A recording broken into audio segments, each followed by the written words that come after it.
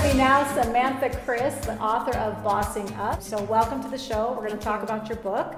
How long ago did you finish writing? Pretty recently, actually. It went into print less than 2 months ago. Wow. And I'd finished writing like the day before it went into print, because it's like I had started, and before you send it, you're like, I could still make some final tweaks, I could still change it, and then at a certain point I just had to let it go, trust that it would work out, and yeah, it materialized pretty quickly. How long did it take you to write? All in all, about a year. So I came up with the concept and the framework about last summer. I started writing though in January, so I really I hit the grind. Wow, that's really quick, actually. It's quite quick, yeah. So but I was like in complete hibernation mode, so very little social life. I didn't really see anyone unless it was for work, and every spare moment was dedicated to making this come to life. Okay, and why this book? I mean, I know that you were tired with how your career was going. You were tired of not making the money and having the, I guess, I wouldn't say notoriety, I guess having the credibility that you thought you deserved, and you sort of wanted to make your own thing. Is that right? Somewhat. So I was making a great salary. I was really happy where I was. I had kind of plateaued. I had reached a point where I noticed there was very little room for me to grow, and I was too young in my career to really stay there. So I looked at my opportunities and what they were at the moment and figured this is not where I see myself being. I know that I'm capable of more. I want to do more. And instead of doing that for someone else, I figured let's take a stab at doing it myself, getting my own name out there instead of representing a company and doing their marketing, to apply the skills that I have and the knowledge that's within me, and applying it to the message that I really want to get out there. And that's really what sparked the book. So it's very similar, actually. For Chris and I, we didn't want to wait around for things to happen. We decided to just sort of take it on ourselves and make it happen. Yeah, there's a common theme for sure. Yeah, definitely. And I guess that's how lots of people create success, is because they make it happen. Love it. Yeah. So you have tons of advice in here. Selfishly, I want to ask you about Chris and I and get some tips. I want you to give us some tips. So right now we have 300 followers on our Facebook page. We have a goal. We want 300,000 followers on our Facebook page. We really want everyone in Canada and North America and across the world to benefit from the stories of others. Yep. So what kind of advice would you give us to reach that kind of a platform? I love that. Go right for the gold. Yeah. Give it to us. No, that's great. And this is really what I love to do and I'm so passionate about. So what I talk about in the book is developing real goals, and you may have heard me talk about it before, but really what it is about is setting goals that are that resonate with you, that empower you, that are actionable, and that are lucrative. So this applies to your personal life as well as it does for business. So to take the concept of the radio show and think about, how does it resonate? The live show, and to bring it to the next level, to really bring it to a national, international level, is to think about how does it resonate with you? What is it fulfilling for you and your team as a purpose? But how will it resonate with your audience as well?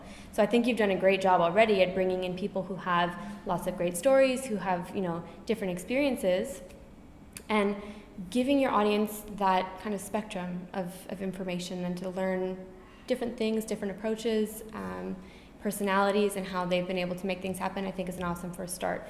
So empowering is really, you want to connect with them, that's great, but how do you enable them to take that information and empower them to do something with it?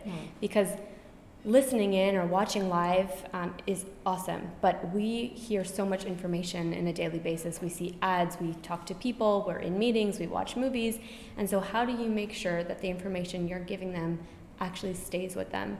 Is that it needs to empower them to take action, which is the next step. And again, this is something that when you're setting your goals for this show, is to think about how it empowers you as well. Because if you're not empowered by what you're investing into it, you're not going to give it your all. So it's interesting you're saying this. I'm going to play devil's advocate here, because you can look on TV, you can look at Netflix or Amazon or whatever you want to watch.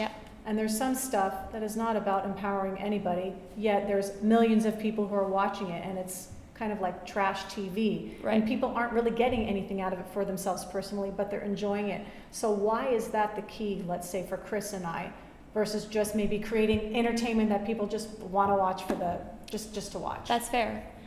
Your show is called This Matters to Me, and so if it doesn't matter to them, they're surely not tuning back in. And what's really going to make them remember your message, your story, your show, is that it does matter to them. Okay. And so I think that I mean, your kind of use case more than ever is really about making sure that wherever they're at in their life, whatever they're going through, is that they can take something away. And even if it's entertainment, it doesn't need to be this deep-rooted philosophical revelation, but something that they can walk away with that says, interesting. Even if you don't use it right away, you keep that in your back pocket, and eventually it will come back. It will be useful. And so if you can leave that throughout your journey and how you want to engage with them, I think will be super helpful. Okay. Well, and anyways, with the title, This Matters to Me, we're not looking for trash TV. That's never something Chris and I wanted to do, but I was just trying to say, you know, there's that other side of the coin too. For sure. Okay, so you're not only, just so we can promote a bit about what you do for your business, you're not only just about your book, you also can coach people personally. Do they have to be local, or do you do Skype consultations and all that kind of stuff? Actually, in the last couple months, I am international. So I've got clients in Bali, I've got clients in Europe, in the States, and locally as well. So fantastic. Skype has been my secret weapon to making this work, for sure. It's not secret anymore. Yeah, true. It's for everyone to know. And how do people get a hold of you? So SamanthaChris.com is really, you find everything from my social media handles on there. Instagram, SamanthaChris3. And again, Skype, if you really want to get personal, you can find me there. Okay, great. So I'm going to come back to you in 6 months and tell you where we're at. We're going to apply what you said, and we'll see where we're at. Is it a real goal, realistic to say we want 300,000 people Absolutely. watching? Okay. There's I think no it is goal big enough. People think, they go, oh, I can't believe it's going to be crazy. How could you expect? I'm like, well, why wouldn't it happen? You have to start with 300. Yeah, exactly. And I mean, this is episode 2, and you have 300. That's a good sign. Thank you, Samantha. Thank you for having me. You're welcome. Thanks. Thanks.